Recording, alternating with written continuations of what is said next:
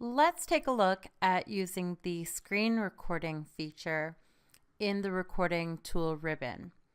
So I've created a blank slide in my slideshow presentation, and in a Chrome browser window, I've actually opened up the content that I want to record. So what I'm going to do is, back in PowerPoint, I'm going to click the screen recording button, and I can select the area that I wish to record. So I just want to record this particular little window. And once I've selected the area, I can decide if I'm going to use audio. So maybe your student is using this and they are going to explain what they're seeing in the following video. Or maybe we turn audio off and we just simply record.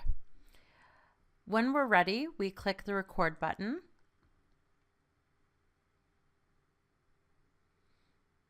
And now I can go ahead and click play. And again, the screen recorder is going to record just what you see within the dotted red line. Okay.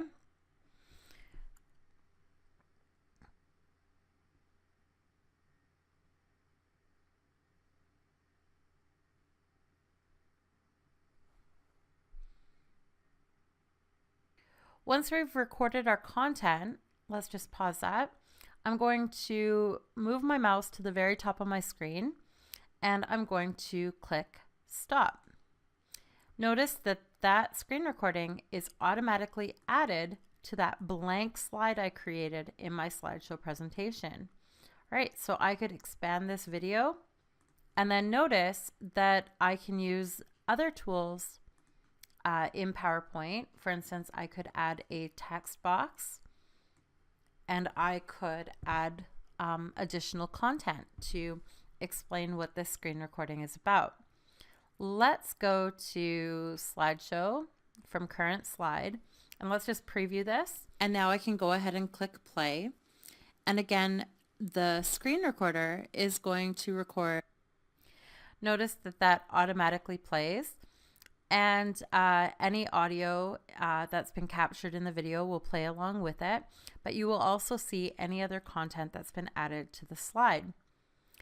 In addition to capturing content using the screen recording tool in the recording tools ribbon, we also have a video function. If I click on video, notice that I can now upload video content that I've created and downloaded to my laptop or my device.